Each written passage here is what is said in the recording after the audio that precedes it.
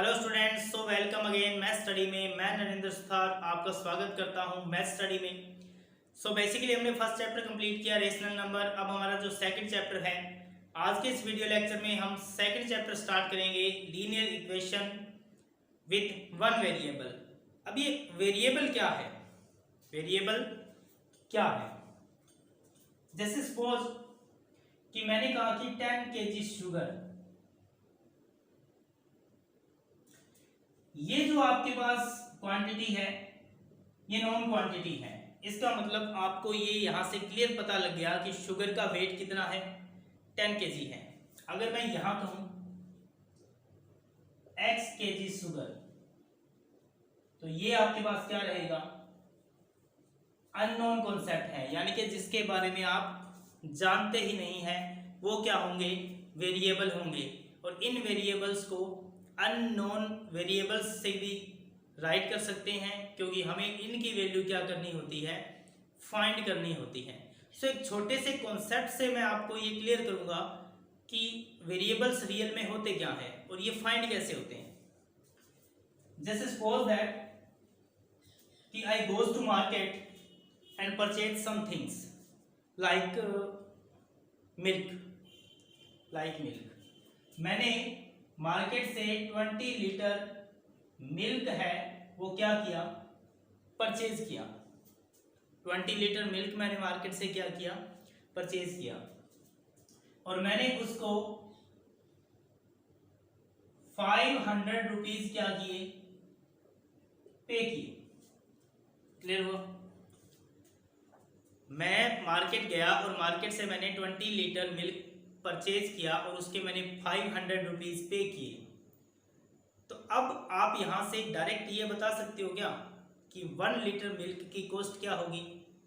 आप डिवाइड करके आंसर निकाल सकते हैं, क्योंकि 20 लीटर का अगर 500 है तो 1 लीटर का क्या होगा? 25 होगा बेसिकली।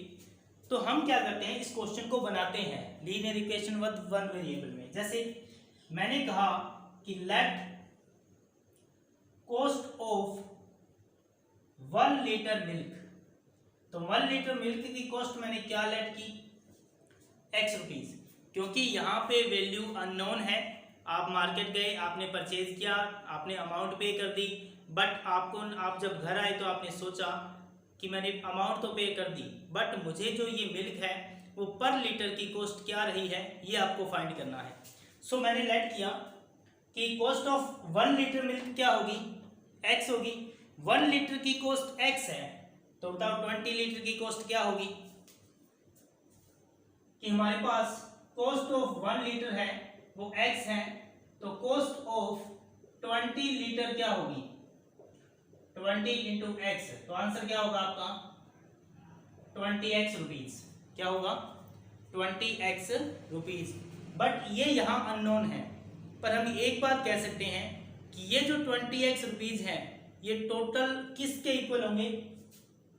500 के इक्वल होंगे। तो हम क्या करेंगे? 20x को किसके इक्वल पुट कर देंगे? 500। तो x इक्वल टू क्या होगा? अब आप ये चेक करें कि नंबर्स और जो वेरिएबल होते हैं वो मल्टीप्लाई होते हैं। तो 20 यहाँ पे सब x के साथ मल्टीप्लाई है, जब इक्वल से ट्रांसफर करेंगे तो मल्टीप्लाई की वैल्यू क्या होगी? डिवाइड में चली जाएगी। तो 0 to 0 क्या हुआ? कैंसिल। 50 को 2 से डिवाइड किया तो पर लीटर की जो कॉस्ट है वो क्या आ गई आपके पास? 25 लीटर। तो ये है आपका बेसिक कॉन्सेप्ट, किससे? वन वेरिएबल से रिलेटेड, यानी कि अननोन वैल्यू को हमें फाइंड करना है। चलिए एक एग्जांपल आपके सामने शो करते हैं कि मैंने 5 kg मैंगो परचेज किए, ये उसका वेट है, और मैंने उसे कितना पे किया? 400 रुपीज पे किए। क्लियर हुआ कि 400 रुपीज पे किए और वेट कितना है हमारे पास? 5 kg। तो मैं लेट कर लेता हूं, लेट वेट ऑफ 1 kg क्या रहेगा आपके पास? x। तो 5 kg का वेट क्या आएगा? 5 इंटू एक्स। तो ये अब रुपीज में काउंट हो गई कि 1 kg की कॉस्ट है वो आपके पास x रुपीज है, 5 kg की कॉस्ट क्या होगी? 5x। तो ये जो 5 इंटू एक्स है ये किसके इक्वल रहेगा आपका? 400, तो x इक्वल टू 400 अपॉन में क्या होगा 5, तो आपका आंसर क्या रहेगा 80 रुपीज। तो ये हमारे पास अननोन वैल्यू का कॉन्सेप्ट है, इसी पे बेस्ड क्वेश्चन होंगे। सो हम स्टार्ट करेंगे अब एक्सरसाइज 2.1। सो जो आपके सामने एग्जाम्पल मैंने मेंशन किए हैं ये आपके एक्सरसाइज 2.1 से ही रिलेटेड है। सो हम स्टार्ट करेंगे कि हमें सोल्व कैसे करना है। जो मैंने आपको कॉन्सेप्ट क्लियर किया था वो था स्टेटमेंट के क्वेश्चन का कॉन्सेप्ट, बट उसमें यह था कि वन वेरिएबल है क्या, एक्स के अंदर अगर आपको कोई भी क्वेश्चन दिया है तो वो किस में काउंट होगा, वन वेरिएबल में। जैसे हम सेकंड क्वेश्चन पहले कंप्लीट करते हैं। 10 इक्वल टू एक्स प्लस 3 है, हमें क्या फाइंड करना है, हमें x की वैल्यू फाइंड करनी है। सो मैं आपको बता दूं कि ये लेफ्ट हैंड साइड है और ये राइट हैंड साइड है। जब भी हम डिजिट या वेरिएबल को साइड ट्रांसफर करेंगे, लेफ्ट हैंड साइड से right hand side, right hand side से लेफ्ट हैंड साइड, तो उसका साइन क्या होगा, चेंज होगा। सो आप ये चेक करें कि हमें x की वैल्यू फाइंड करनी है, तो हम x को वन साइड रखेंगे। x को मैंने एज इट इज यही रखा, ये 10 एज इट इज यही है। 3 को हम ट्रांसफर करेंगे तो ये साइन क्या होगा, कन्वर्ट हो जाएगा। अब यहाँ आपके पास प्लस 3 है तो ये साइन इस साइड आकर क्या होगा, आपके पास माइनस हो जाएगा।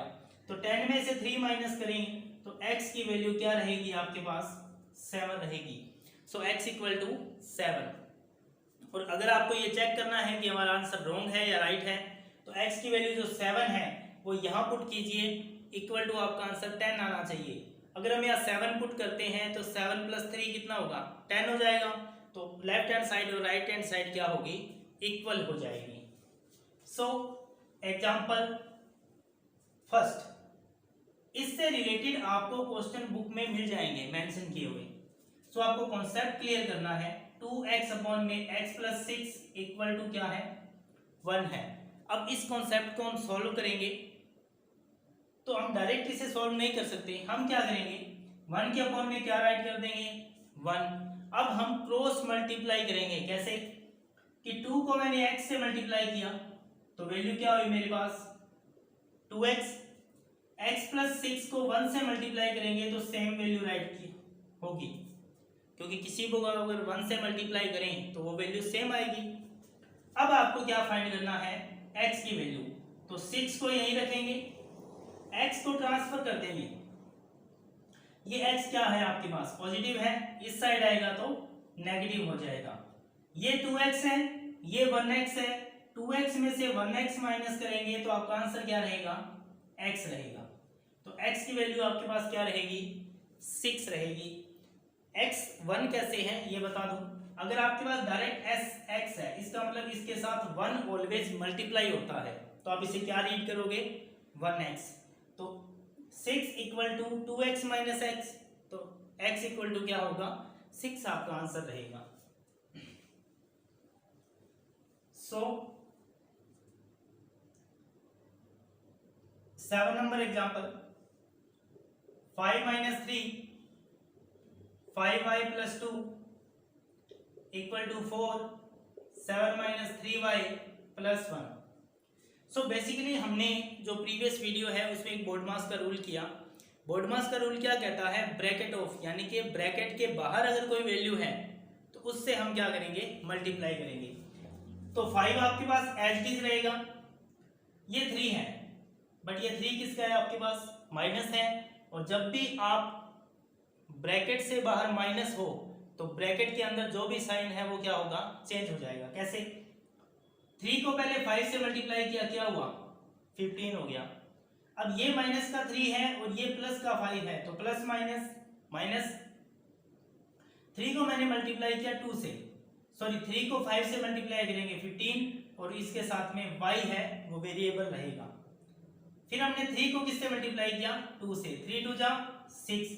फिर माइनस को प्लस से मल्टीप्लाई किया तो प्लस माइनस माइनस। ये वैल्यू आपके पास 4 है, 4 को मल्टीप्लाई करेंगे 7 से, आपका आंसर 28। 4 को मल्टीप्लाई किया 3 से, 4 3 जा 12y।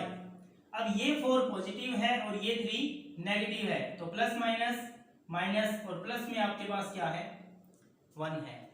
अगर आपको कहीं कंफ्यूजन होगी तो प्लस माइनस में कंफ्यूजन होगी। सो बेसिकली अब हम क्या करेंगे, y की वैल्यू को वन साइड रखेंगे और डिजिट्स को वन साइड रखेंगे। तो 5 एज इट इज यहाँ है, 6 भी यहीं रख लेते हैं हम। इधर से हम किसे ट्रांसफर करेंगे, 1 को, 1 इस साइड आएगा तो क्या होगा माइनस, 28 इस साइड ट्रांसफर होगा तो क्या होगा माइनस, इक्वल टू यहाँ आपके पास माइनस का 12y है, इस 15y को आप ट्रांसफर करोगे तो ये प्लस का 15y हो जाएगा। साइन 28 का ये नहीं होगा, 28 के जस्ट पहले हम साइन चेक करेंगे, अगर नेगेटिव है तो नेगेटिव और पॉजिटिव है तो पॉजिटिव। सो ट्रांसफर हो गई वैल्यू।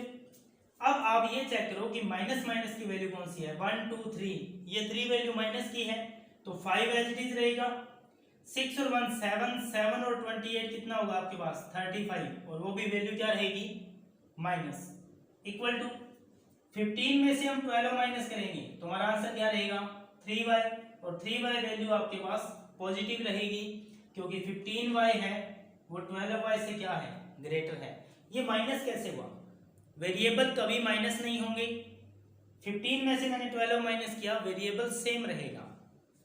सो 35 है और यहाँ पे 5 है, तो 5 में से आप 35 माइनस करोगे तो आपका आंसर क्या रहेगा 30, बट नेगेटिव रहेगा, इक्वल टू 3y।